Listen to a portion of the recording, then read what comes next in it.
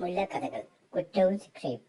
തെളിഞ്ഞ പ്രഭാതം. ചുണ്ടത്തൊരു മൂളിപ്പാട്ടുമായി തെരുവിലൂടെ നടന്നു നീങ്ങുകയാണ് മുല്ല നാസറുദ്ദീൻ. പെട്ടെന്ന് പുറകിൽ നിന്ന് ആരോ അയാളുടെ തലയിൽ ആഞ്ഞടിച്ചു. തിരിഞ്ഞു നോക്കിയപ്പോൾ പിന്നിൽ മൂടിയായി വസ്ത്രം ധരിച്ച ഒരാൾ നിന്ന് ചിരിക്കുന്നു. നിങ്ങൾ എന്താണ് ഈ കാണിച്ചത്? മുല്ല ദേഷ്യത്തോടെ ചോദിച്ചു. ക്ഷമിക്കണം, ആള് മാറിപ്പോയതാണ്, അയാൾ വിനയത്തോടെ പറഞ്ഞു. തലയിൽ ആഞ്ഞടിച്ചിട്ട് ആള് മാറിപ്പോയെന്നു അല്ലേ? നിങ്ങൾ അത് ജഡ്ജിയോട് പറഞ്ഞാൽ മതി. വരൂ, നമുക്ക് ജഡ്ജിയുടെ അടുക്കലേക്ക് പോകാം. മുല്ല അയാളുമായി ജഡ്ജിയുടെ മുന്നിലെത്തി. മുല്ലയുടെ കൂടെ വന്ന ആളിനെ കണ്ടയുടനെ ജഡ്ജി ചോദിച്ചു, അല്ല, ഹസനെന്താ ഇവിടെ?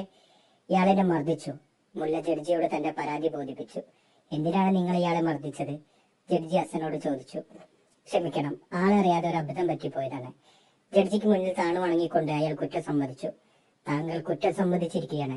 ഇതിനുള്ള പിഴയായി താങ്കൾ മുല്ലയ്ക്ക് ഒരു ചെമ്പ് നാണയം നൽകണം. ജഡ്ജി വിധി പ്രസ്താവിച്ചു. തന്റെ ഇഷ്ടക്കാരനായ ഹസനു വേണ്ടി ജഡ്ജി തന്നെ കബളിപ്പിക്കുകയാണെന്ന് മുല്ലയ്ക്ക് മനസ്സിലായി. എന്റെ കൈവശം ഇപ്പോൾ പണമൊന്നുമില്ല.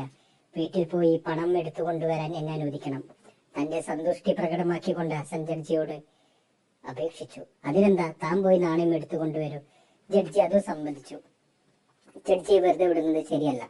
ശരിക്കും ഒരു പണി കൊടുക്കണം എന്ന് ചിന്തിച്ചുകൊണ്ട് ജഡ്ജിയുടെ പിന്നിൽ പോയി ആ തല നോക്കി മുല്ല ഒരൊറ്റടി വെച്ചു കൊടുത്തു. തനിക്ക് കിട്ടിയതിൽ ഇരട്ടി ഭാരമുള്ള ഒരടി. ഓർക്കപ്പുറത്തുള്ള അടിയേറ്റ് ജഡ്ജി ഭയന്ന് നിലവിളിച്ചു. അപ്പോൾ ഒരു കുസൃതി ചിരിയോടെ മുല്ല പറഞ്ഞു, ഈ അടിക്കുള്ള ശിക്ഷ ഒരു ചെമ്പ് നാണയമല്ലേ? ഇപ്പോൾ പ്രിയ സുഹൃത്ത് ഹസൻ ചെമ്പ് നാണയമായി ഇങ്ങെത്തിച്ചേരും. ആ നാണയം വാങ്ങി കയ്യിൽ വെച്ചോളൂ. എനിക്ക് അല്പം ധൃതിയുണ്ട്. കണക്ക് തീർത്ത സന്തോഷത്തോടെ മുല്ല അവിടം വിട്ടു.